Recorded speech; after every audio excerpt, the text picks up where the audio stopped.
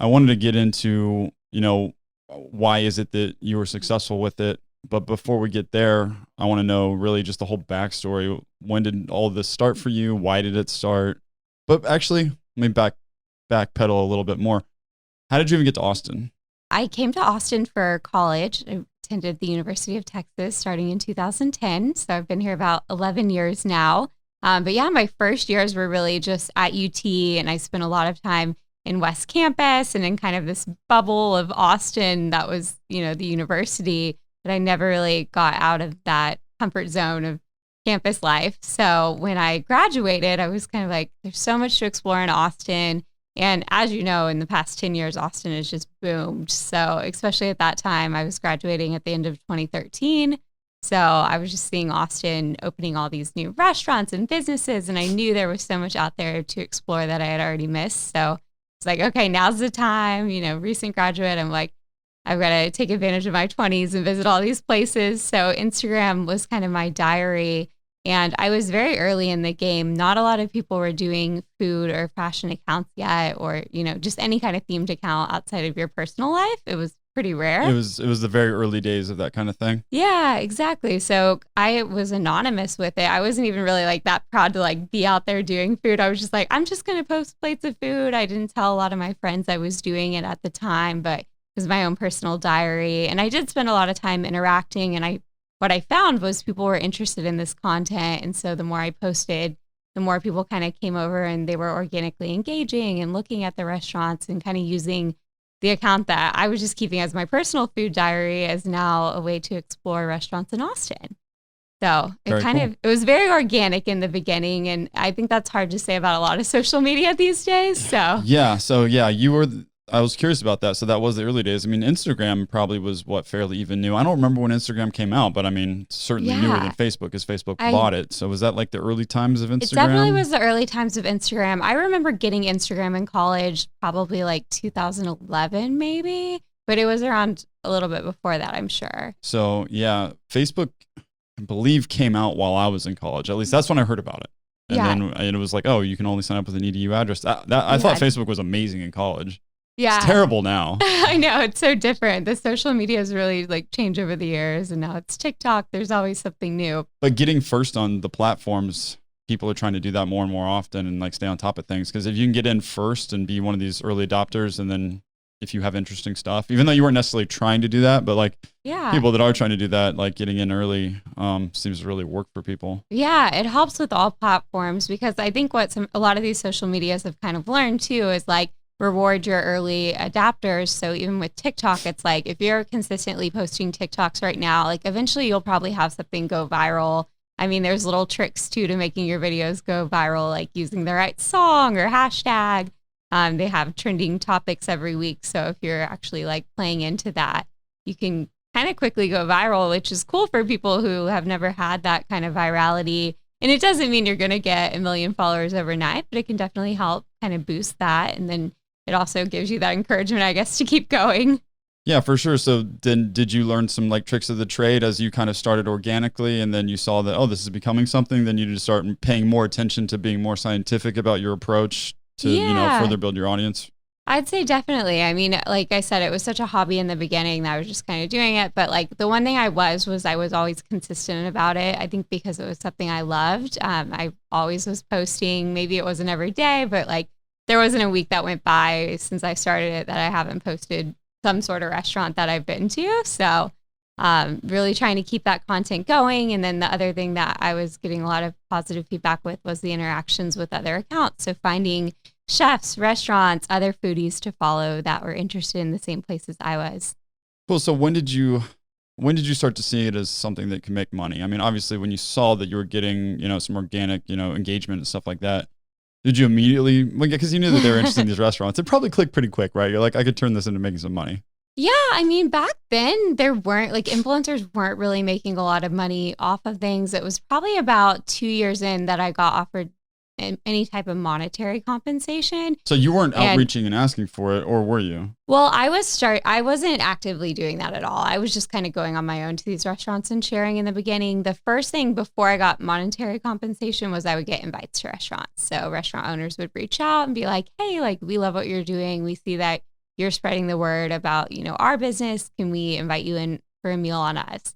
So that was actually pretty common a little bit earlier. So you're getting comp meals at this point. Yeah. So comp meals was kind of the first thing. But like I said, this is the early days. Like now, if you have a couple thousand followers, you might get a meal a lot quicker. You might get things rolling faster because it is a whole industry. But then it was so new that even these restaurant owners, like, their marketing team didn't know that influencer marketing was a thing necessarily. Yeah. Like some of them were catching on that, oh, this could be good, but it wasn't like, now that's just part of like the playbook.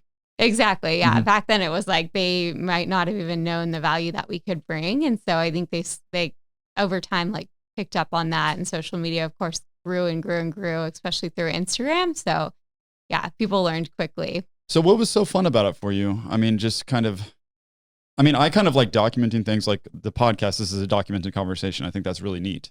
Yeah. Is it really that drive to like document an experience and kind of, like you said, a diary? I mean, that's what it is, right? It was a food diary for me. And then also I was creating community because I was kind of attracting all these people that I wouldn't have met necessarily or had conversations with outside of the Instagram platform. So that was kind of cool.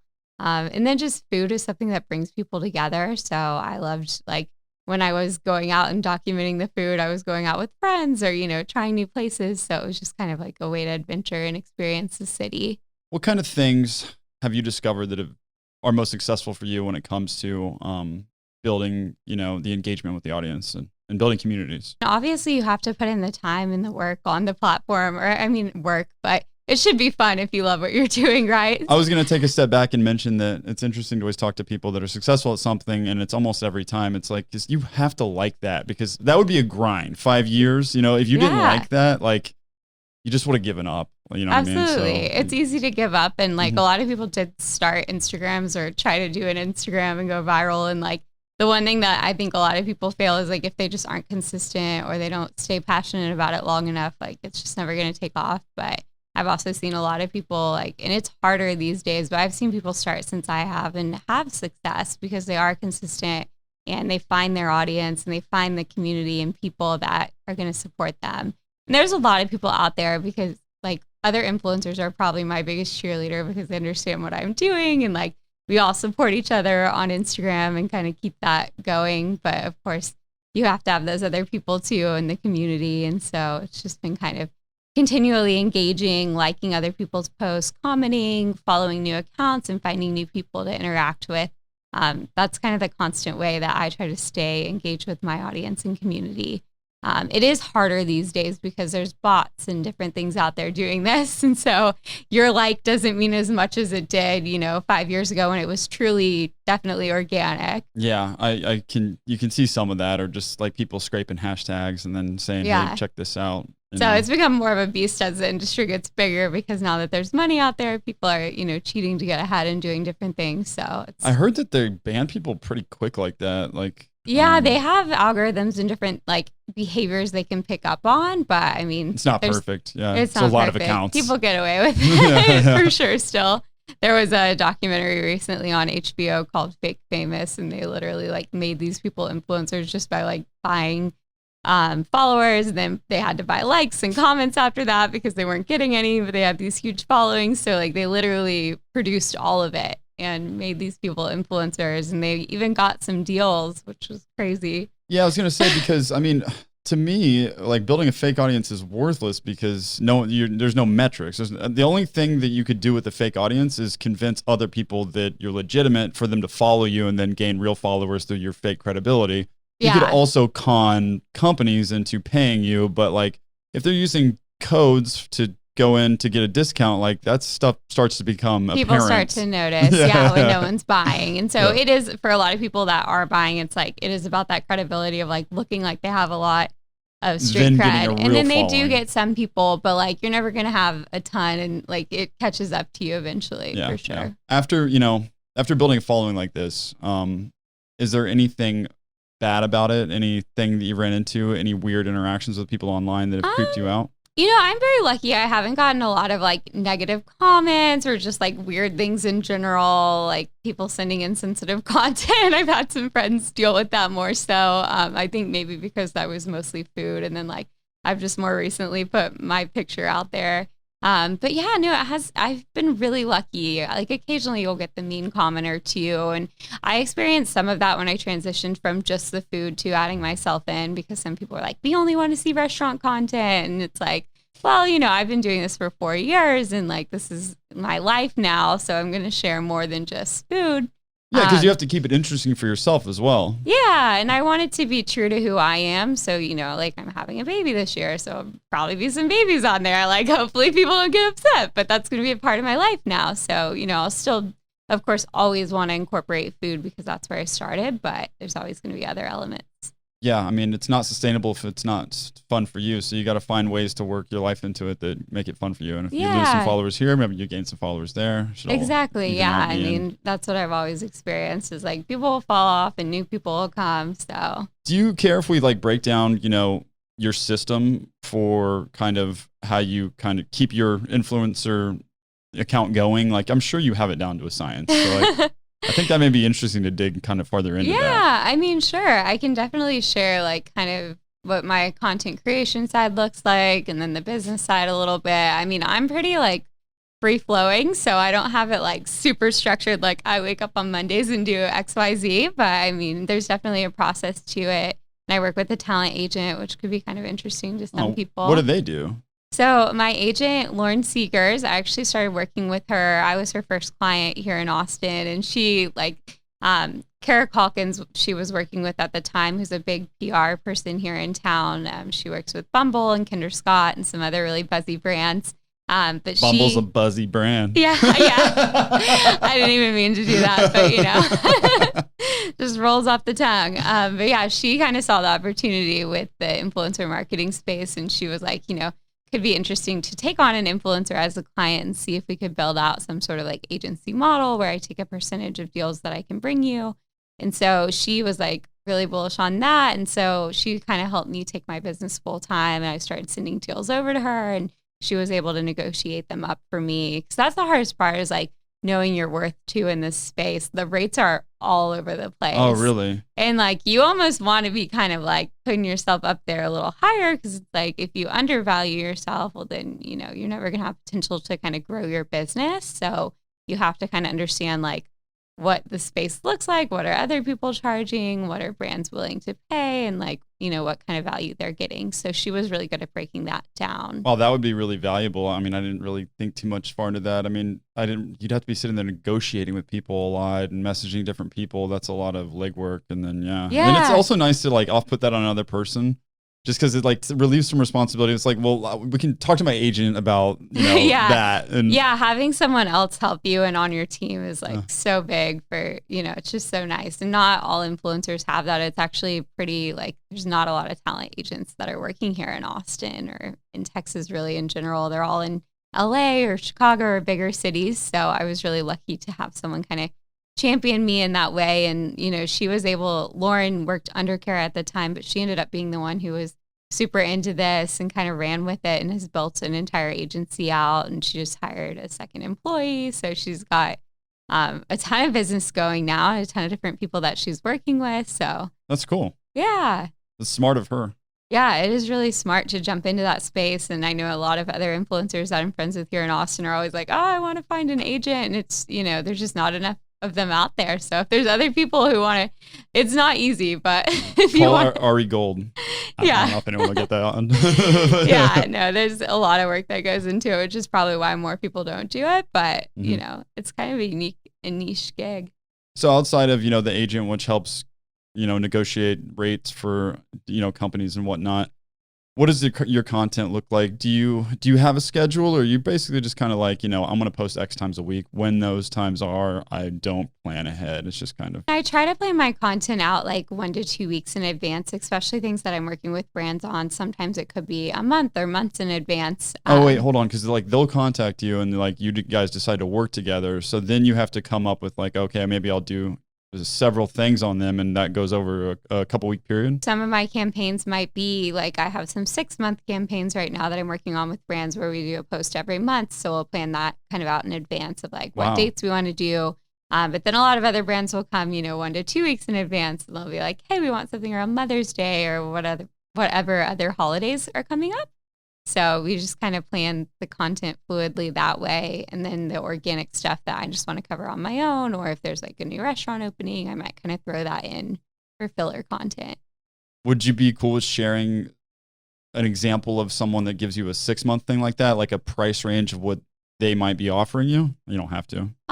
I mean, yeah, it's always going to be variable because every brand is a different size. So, I mean, my rates like per post, like for a small brand might start around like $500 a post to like a larger brand could be $2,000 a post. So it's super variable. Yeah, and that makes sense. So, and it's like there's not enough of those big brands for you to be doing $2,000 every time, right? But it's like you need to try and charge a higher dollar for them because, well, they have a bigger budget. That's where the negotiation comes in too. Yeah. It's like figuring out like, you know, how big is this brand? Also, what do they want? Because there's so many other factors. Like we do whitelisting. And so it's like whitelisting would be them buying the rights to the content to put ad money behind so they can run ads through my page and kind of reach more people through that. So that's something they can buy the rights to. They can buy the rights to the images for different ads outside of Instagram. They can buy exclusivities. So if they're an ice cream brand, they might want to say like, okay, we want to work with you for 6 months, but we don't want you to work with other ice cream brands for 6 months. So then you're only eating this ice cream for 6 months, unless you eat it at home. Exactly. And that kind of goes back to like the original influencer was like the athlete or the celebrity, right? So they've been doing kind of these kind of deals for a while where they're like a Nike rep and they only wear Nike. So you know, sometimes people want that with their influencers. And it is kind of smart to get an exclusivity if you're working on a longer term deal with someone. Because then, you know, that can feel, it's a little more authentic, like versus if I was out promoting a different ice cream brand every day. You build a bit of a relationship with them and you have a work relationship with them that lasts months. Exactly. So it's kind of win-win for the brand and the influencer. Cool. So when you go to a place and, you know, maybe you have this deal worked out with this brand, they probably tell, I mean, obviously you're going to go to their shops because you have this deal. What's like a shoot look like for you? I don't know what you call it, but like you go in, you take pictures. You do video and photo, right? Yeah, I do some video and photos. It just depends what the brands want, obviously. But yeah, we usually will schedule ahead. And so every shoot can be different. Like sometimes we might show up and they have like their PR person there or like you're meeting with the owner. So sometimes we'll do more involved things like that. Or sometimes they just send us on our own and we go and get content. So if it's a restaurant, you know, we might sit down for a meal and then they might send out like dishes they want us to cover, or maybe like they're like, whatever, order whatever you want, and then just kind of freestyle the content. So it really just depends. Every brand has different things that they're wanting, and some of them know what they want more than others, and some of them give you a lot of freedom, which is good in some ways because as a creator, it's like you know what speaks to your audience. So if you are a marketer and you're almost too regimented, it could probably hurt you because you're telling these creators who are very successful with speaking to their audience, like exactly how to say something. And I think that can be restricting to most brands over time. Have kind of learned not to do that or to give a little more flexibility. Well, that's why they're following Rachel Holtin and not Amy's Ice Cream, because one of them is a human and the other one is the voice. Exactly. A marketing team. And I appreciate when brands come with like themes and campaigns because it gives you like an idea and a starting place, but like not if it's like word to word, like use this caption, like that's not going to work. That would annoy me too. Yeah. Yeah, no, it's like no, I'm going to go, I've been doing this for however many years. Like I'm going to go to your place. I'm going to take some pictures. I'm going to write what I'm going to write. Yeah, exactly. Do you take them all straight from a cell phone? I mean, I don't imagine you would need anything better, especially the way the iPhones are great these They're days. amazing. So yeah, a lot of my content's still shot on iPhone. I have a nice Sony camera that I'll use for some shoots too, but yeah.